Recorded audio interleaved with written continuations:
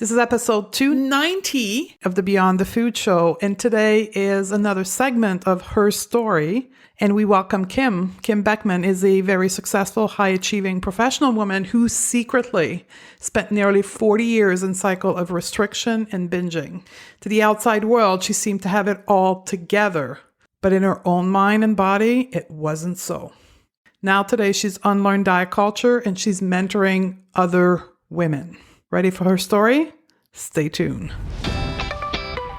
Welcome to the Going Beyond the Food Show. I'm Stephanie Dodier, clinical nutritionist and creator of the Going Beyond the Food method.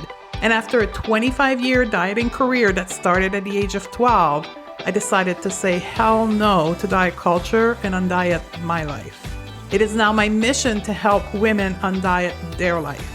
If you're new to our podcast, be sure to grab our free podcast roadmap at stephaniedodier.com/roadmap. Ready, sisters? Let's do this. Hey, sisters, welcome back. This is a very special episode, another segment of her story. And I welcome Kim Beckman, a very successful professional woman, and her story is very, very similar to mine, in which we use food as a mean of coping with a patriarchal system in our professional life, our former professional life. Kim is transitioning out of her career. I've transitioned out almost 10 years ago, and food and the self-suffering we were imposing ourselves about our body was in part a way of coping with patriarchy and our difficulty of being a woman in a space made for men, right? That's what patriarchal systems are. So, and the other point where I connect with Kim is to the outside world, we met all the criteria to be successful, right? At the house, the car, the career, but internally we were suffering. So I don't have much to say to this intro because what Kim has to share is so important, because I know there is a lot of you out there with a story that's similar to both Kim and I, and you're looking for that, quote, magical solution that's going to fix it all. And Kim will talk about that in the interview. And it's not out there. There's no magical solution. Our program does offer the solution, but it's not magic. You actually have to do the work. You have to unlearn beliefs. You have to learn to think differently.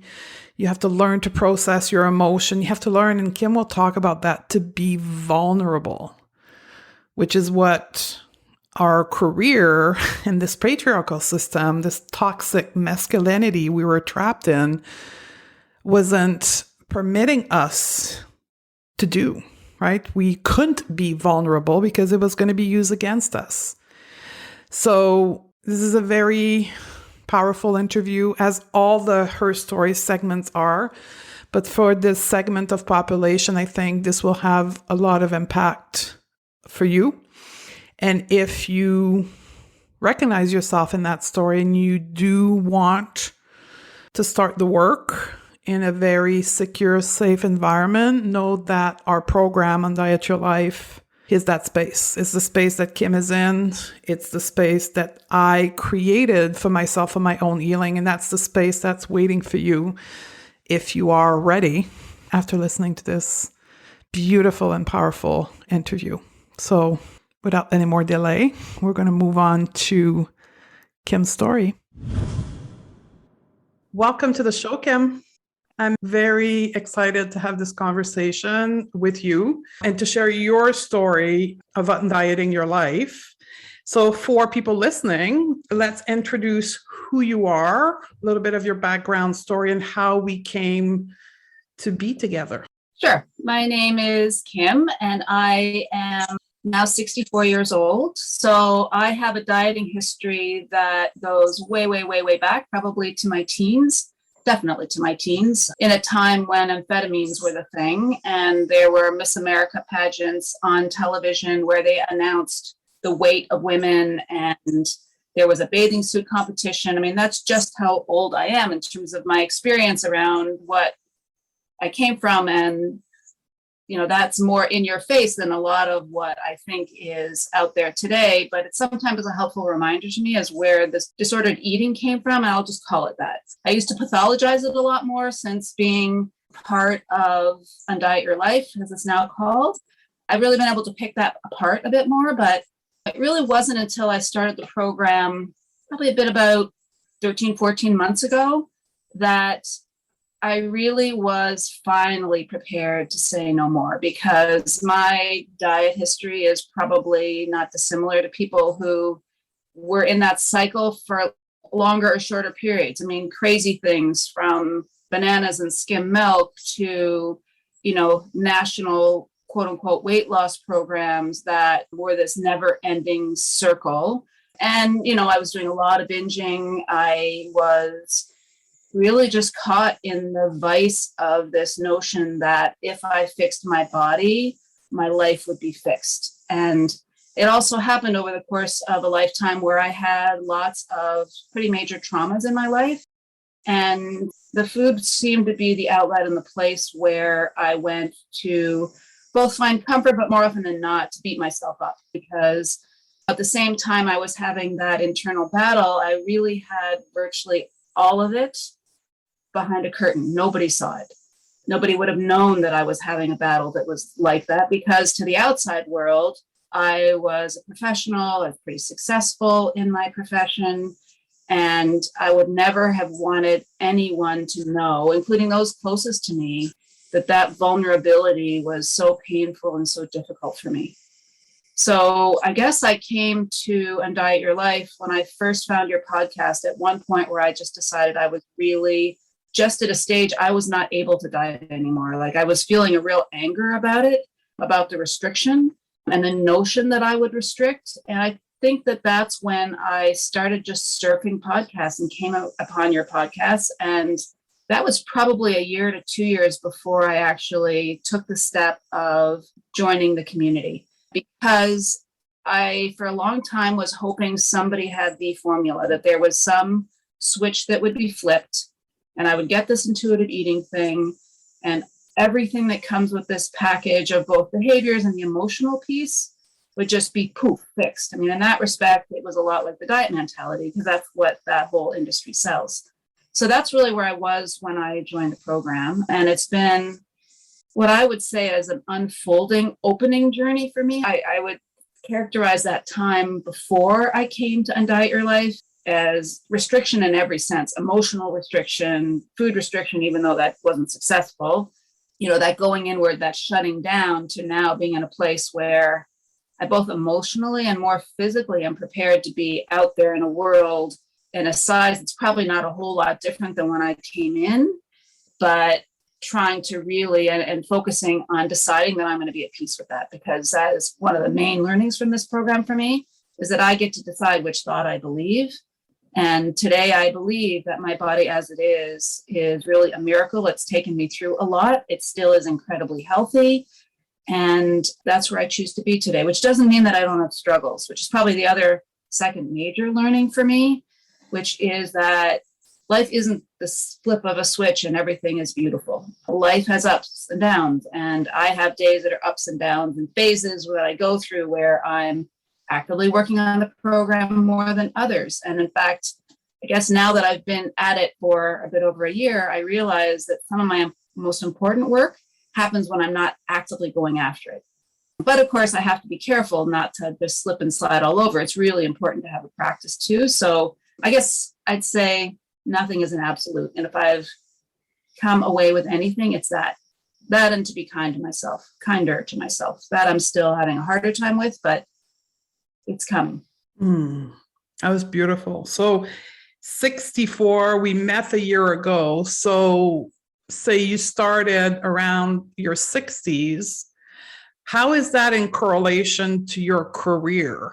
Like, when you were actively practicing your profession, would you have considered undieting or not dieting, or you needed that to get through? to your profession journey? I would have had a really hard time when I was so actively being at it, because carving out time for me would always have felt very selfish, and that if I do it really well, I wasn't going to do it. So I would wait till a time that all the pieces were in place and then I'd do it, which was in some ways a dodge, but it was also, I recognize that's perfectionism, and that's also the patriarchy and what it tells us about if you are one thing, you can't at the same time be another thing. So I couldn't be a competent, out there in front, quote unquote, in control professional, while on the other hand, dealing with this deeply emotional, vulnerable place.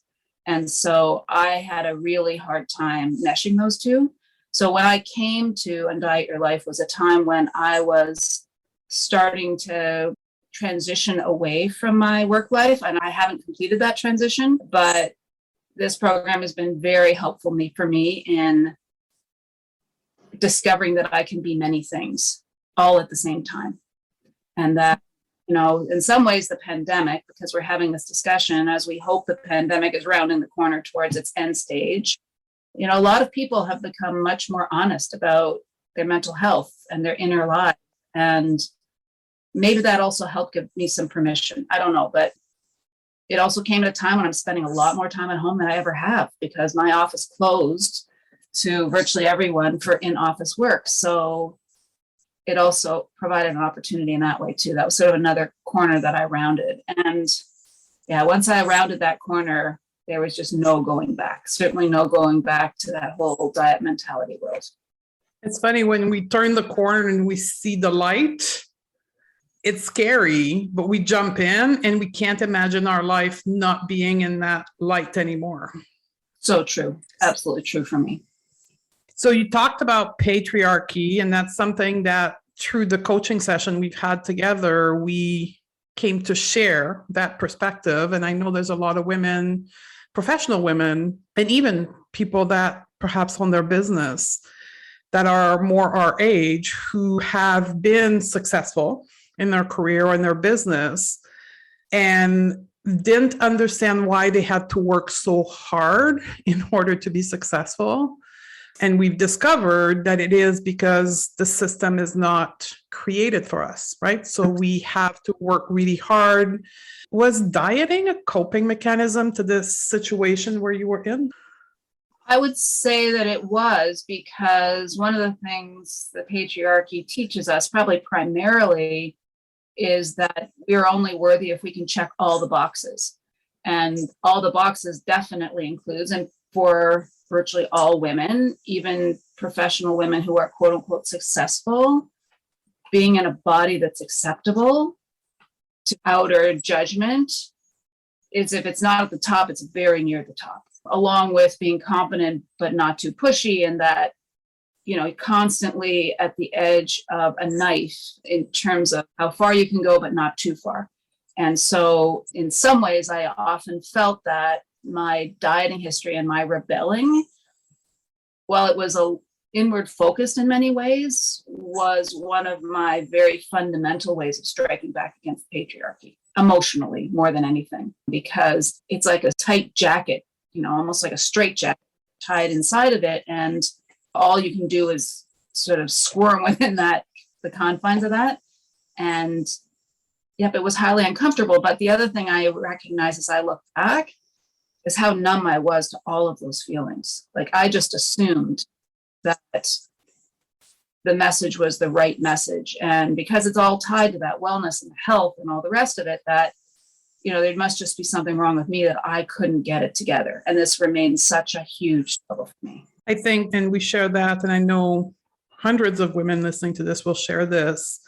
We're successful in our career, we're successful in our profession, we're recognized even personally, financially successful. And then there's this one part of our life we can't figure out, right? There's this one part with our body we can't figure out. And I think that's why we're so anchored into finding the solution, is because we're like, what the hell? Like I can figure out everything else, but not this. I also feel, for me, and I haven't really discovered how this fits, but for me, it feels almost like there's a power in the secret somehow.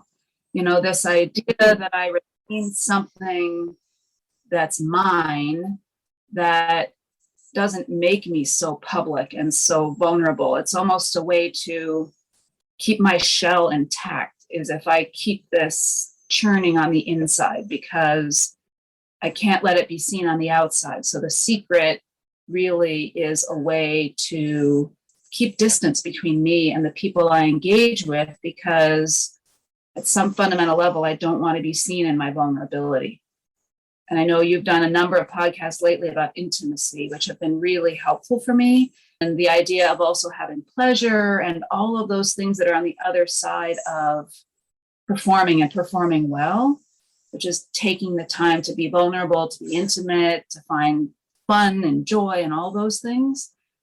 I wouldn't have described myself with any of those terms when I was at that stage in my career where I was fully committed to being in front, creating security, all these things that I thought would ultimately make me comfortable on the inside. But of course, it never worked.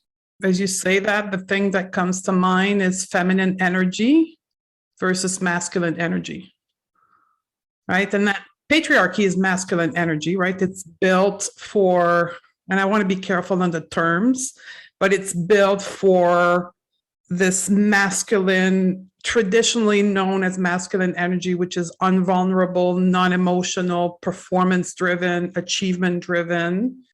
But we're women. We're people identified as women with a highly emotional fire burning in us, and we're trying to fit in this model that was never meant for us. Yeah, I think that's absolutely right. But, on the other hand, I also feel like a lot of the skills and the knowledge and the rest of it that I took from patriarchy, I also love, like the brain stuff. I'm not all one thing and I'm not all the other thing. And it has been very interesting. And part of it is the freedom of becoming more invisible as you get older as a woman, that care so much what people think. And I'm prepared to be seen more as fully human. And it also, though, is something that I would not have risked earlier in my career, to have to be seen and to be prepared for the potential judgment of that. But I also find that I can complicate a lot of things, that it doesn't have to be a big trauma, that I can put myself out there as saying, I can't do this because I need to be, or I've decided to be, not need to be. I've decided that I want and need to take this time with a friend who's ill, for example.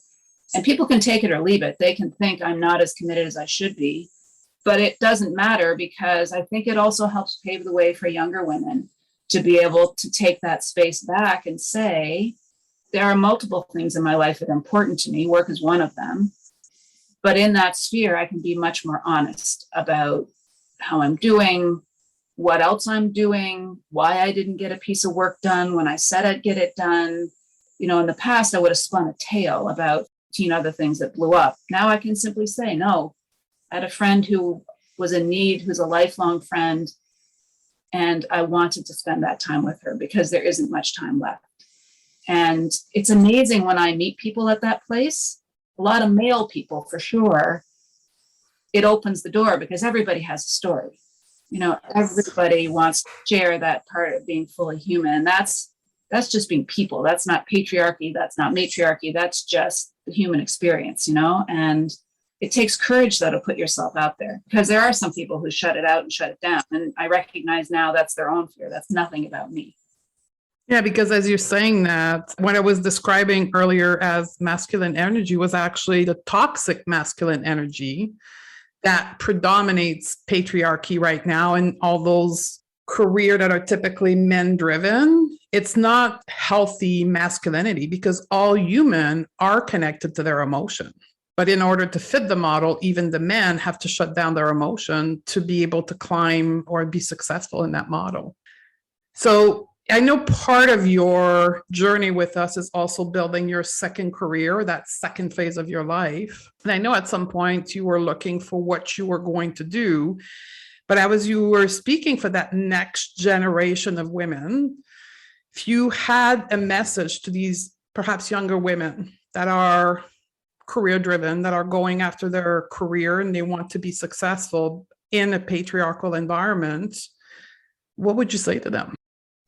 I would say, first and foremost, find an ally, find someone like me, because my experience is that certainly at my stage of life and in the people who supported me along the way to be fully human, to take that risk where you know you're safe, to take your honesty where it will be safe in your own world, because those are the people who will help translate for you either how they can stand with you or how you can be in that space truly yourself, but not overcomplicate and overexpose yourself, because it's a tough balance sometimes, because we do have to keep doing what we're doing. And there are people out there who will try to take advantage of what they deem to be a vulnerability.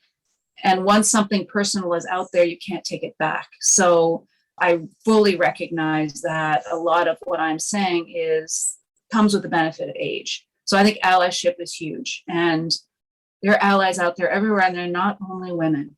I have found some of my strongest allies have been men, allowing me to be fully who I need to be and dealing with some family traumas that required me to really take some time away from time to time.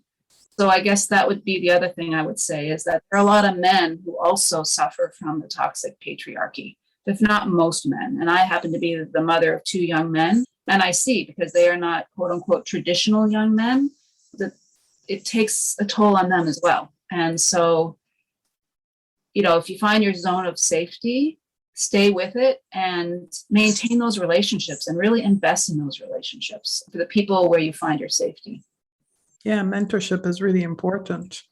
So how is your life today? You're still in your career, but you're not as, I don't want to say ambitious. You're as ambitious as you were, but you're not it's not as much of a priority. Now you're working on yourself. So how's your relationship today to yourself, to food, and to your body? I would say it is to my body. I feel like today that relationship is stronger in many ways than it is with my comfort with my food. I think that I am, and this was an intention of mine, to work on being strong in my body, but not that you got to be working out 5 to 7 times a week kind of strength. That notion of moving my body and finding things that make my body feel healthy and strong, without it being a focus on what it may do to the shape of my body or not. And I really feel like I've found movement that gives me joy or helps me settle in a way that feels as though it's quite accepting, that I'm going to have times when I'm more active and other times when I'm not as active. Because we're having this discussion in the middle of a tremendous heat wave. I don't feel like moving a lot in a heat wave. So that feels to me more like it's much more organic. The food has come a long, long way, but I recognize too, I had a dieting history of almost 50 years. So, it's understandable that that's taking a bit longer. But what I find, and certainly through actively working the program, and I would say to anybody listening to this at any age, it's really important to do the work. And I did actively and am continuing to do the work, to do the exercises, to listen to the podcast, because that's really where I'm able to pick things apart. And on the food thing in particular, working my way through foods that historically would have been treat foods, bad foods, all those things we label things that are sweet, salty, fatty, whatever our thing is, and to serially go through them and really give myself permission to have lots of it in the house. That alone for me was a huge breakthrough. And now I find that what's happening is it's almost food by food. It loses its power. And I realized how long my food list was and is of things that formerly, frankly, scared me to have in a house too much because I have a binging history. And to recognize that I almost have to go through them serially. In other words, opposed to having 15 things in the house that trigger my fear of getting fat or being fat, that it helps to focus on a food at a time. And I think that was one of the things I learned from you. I also keep top of mind from somebody you spoke with, and I don't even remember who it was on one of the podcasts, that it's the 1% solution of people who make a change in their life.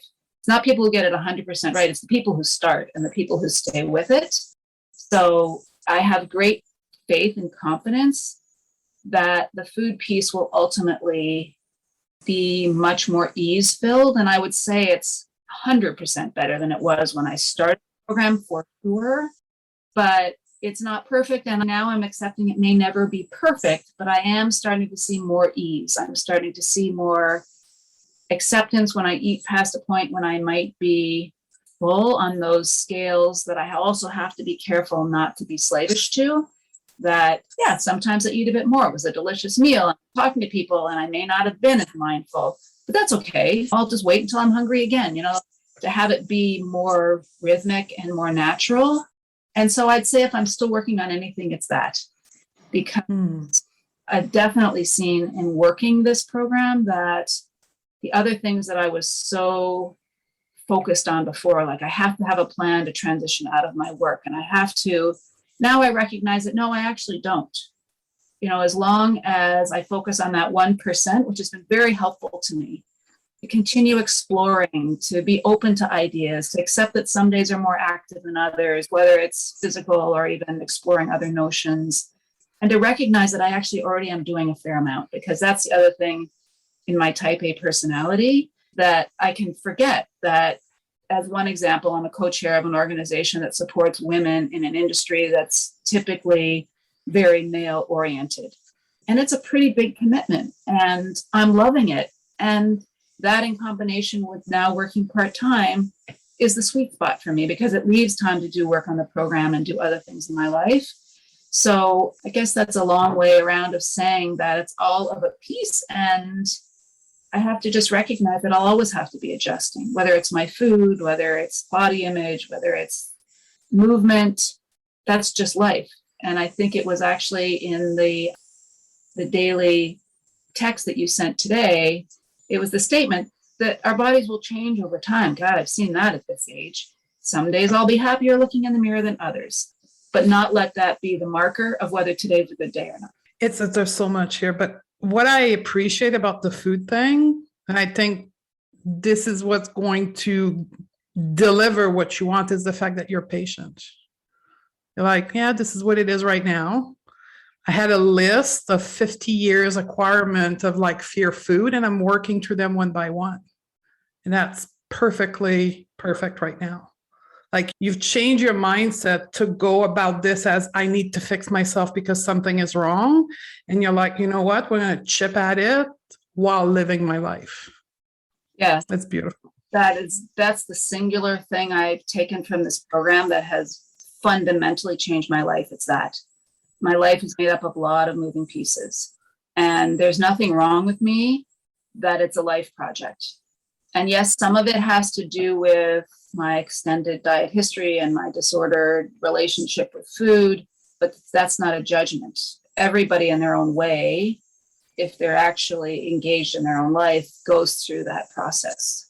It's much like, I think I may have mentioned to you in the past, I was going to a yoga studio before the pandemic that had the sign over the door that I loved, which said, what's in the way is the way. And for me, that's right. Food was in the way, but it's also been the way for me to unpack any number of things in my life that I need and want more ease with, and to be more alive with and more actively engaged with. So for me, it's ultimately, it has been the gift. That's beautiful.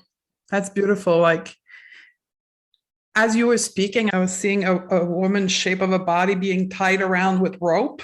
Food was tying you up and keeping you binded.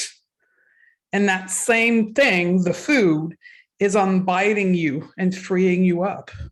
Yeah, it is like a pathway for me, very much so, because it represents so much, because it is so high on the pyramid of what the patriarchy tells us we should be, can have, can't have, that control that the patriarchy seeks to impose on us is so internalized. And I think it was at Naomi Klein who said, I don't need a misogynist on the outside. I've got one working very well on the inside. Thank you very much.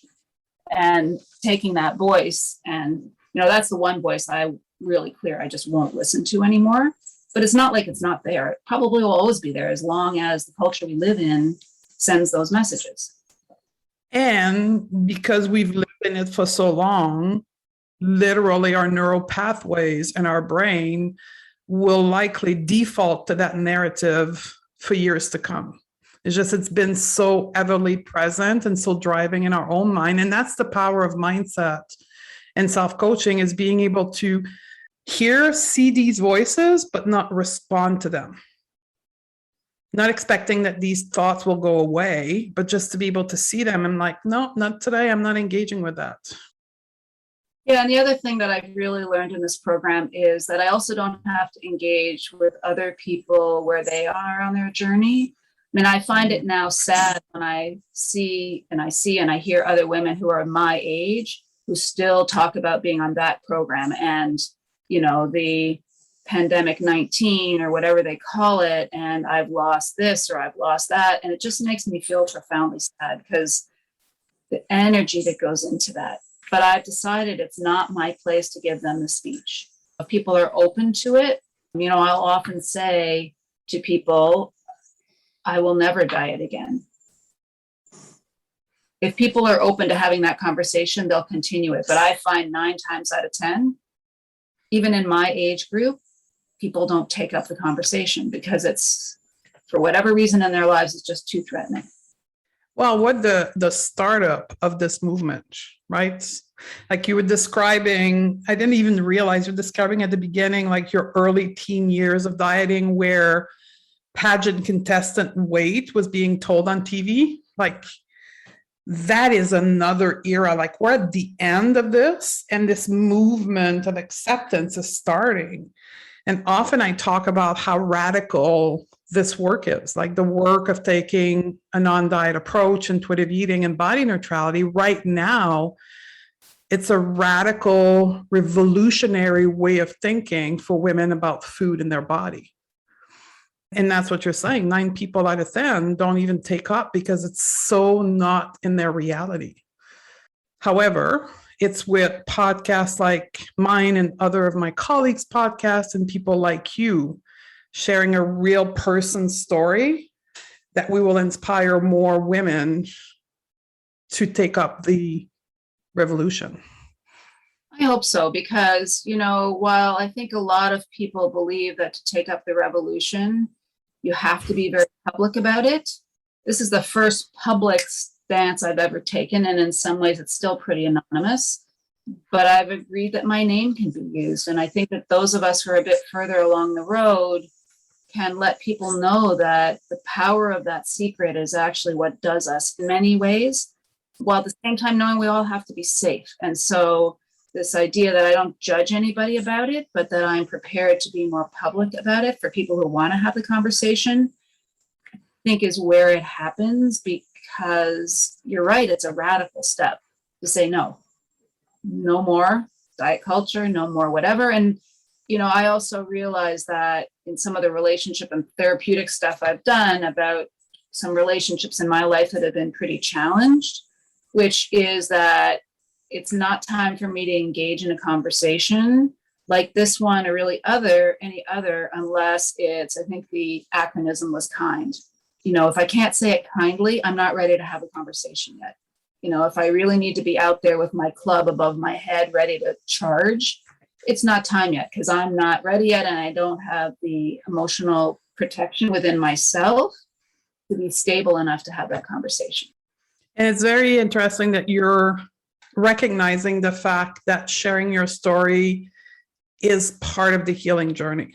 Like when we're ready to share our story, whatever the platform is irrelevant, but to speak our story to people who can listen, it's part of the healing because we're peeling that veil of secrecy that's been binding us for so many years and kept us in the pattern of dieting and diet culture.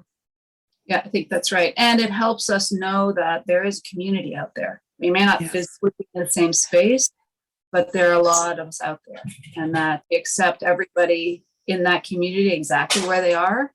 And I see it in the community's Facebook page. I see people who are at a different place, and I don't judge where that is, if it's a different place than me. And sometimes I look at people who are in a quote unquote earlier stage and they make these powerful statements that almost knock me off my feet. And I think, well, I'm not there on that front. And that's the other piece of it.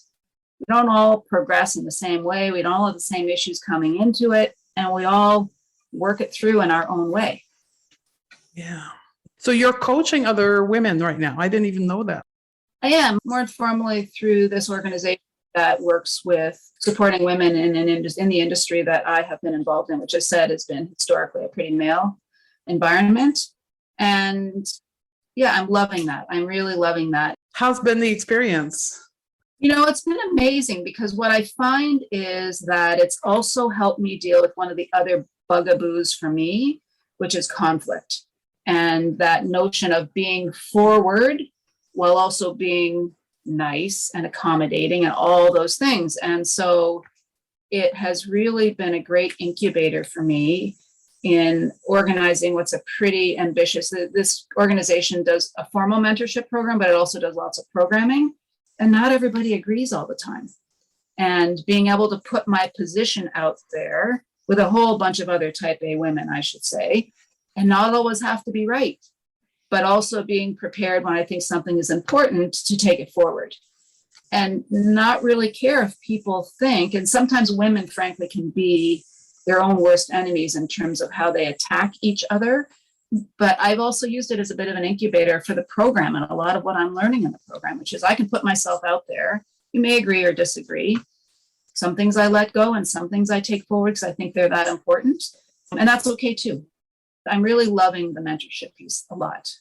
Getting to know people in different disciplines in the area that I've worked in. And because one of the things this organization has done is to talk a lot about resetting how we come back from the pandemic and whose voices are not at the table, which isn't only just about women and men, it's about different communities. And that I just feel has been really expansive. And I have this sense that about halfway through that commitment, it will lead me someplace else. And so, as I said earlier, I used to have the sense I had to know what I was doing next before I could jump off the end of the career ladder. And now I think, no, it'll actually happen organically.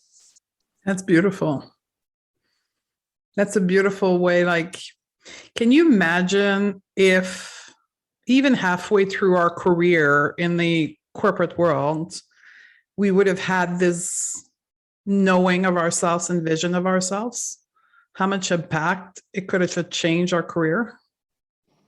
Yeah, I think it not only would change our career, but this idea that I used to have that I had to be at the top before anything would change, in some ways was right because that is where you typically have the security, both professionally, financially, emotionally, whatever. But it was also profoundly wrong because it was that rope tied around me and all of us as women to not be fully ourselves in every part of our lives. And for me, that's the goal, is to help and mentor the women who come through that organization or otherwise to be fully themselves and to draw outside the lines, which terrified me earlier in my career, in a way that feels more true to themselves without judgment. And it's a big order, but you're right. It would have been fundamentally different if I had done that. I just don't think anybody would have respected me any less.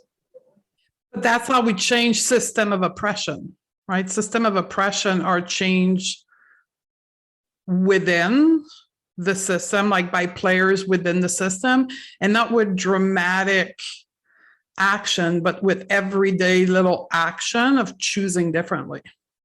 Exactly. Because it does happen. It's like what I've come to learn and listening to your podcast and doing the work in this program. And it's back to that 1%. It happens in daily decisions, like in the moments, in hindsight, maybe inconsequential decisions. But that's how you build change, is to take that pause and to sometimes even speak up and say, nope, that doesn't work for me. This works for me. And you can take it or leave it, but I haven't given myself away. I haven't compromised every single time to be seen as acceptable. because that's part of the problem. I realize even it's connected to the food piece too, that every time I compromise my own truth because I want to be seen as acceptable to somebody else, that starts it can be a cascade. And again, I also in this program learned through the thought work, it doesn't have to be a cascade. It can be observing, okay, I did that. Why did I do it? Oh, I didn't want to be seen as the outlier. And so in that context, really being able to recognize that every day I get to decide, and every day I get to screw up, and every day I get to succeed at multiple points during the day. It's not an all or nothing thing. And it doesn't mean anything about you as a human being. It's just life. Exactly. So we're going to wrap this conversation to make it consumable for people. But if you had a message to what you self-describe as type A and women who are where you were, what would you say to that woman right now?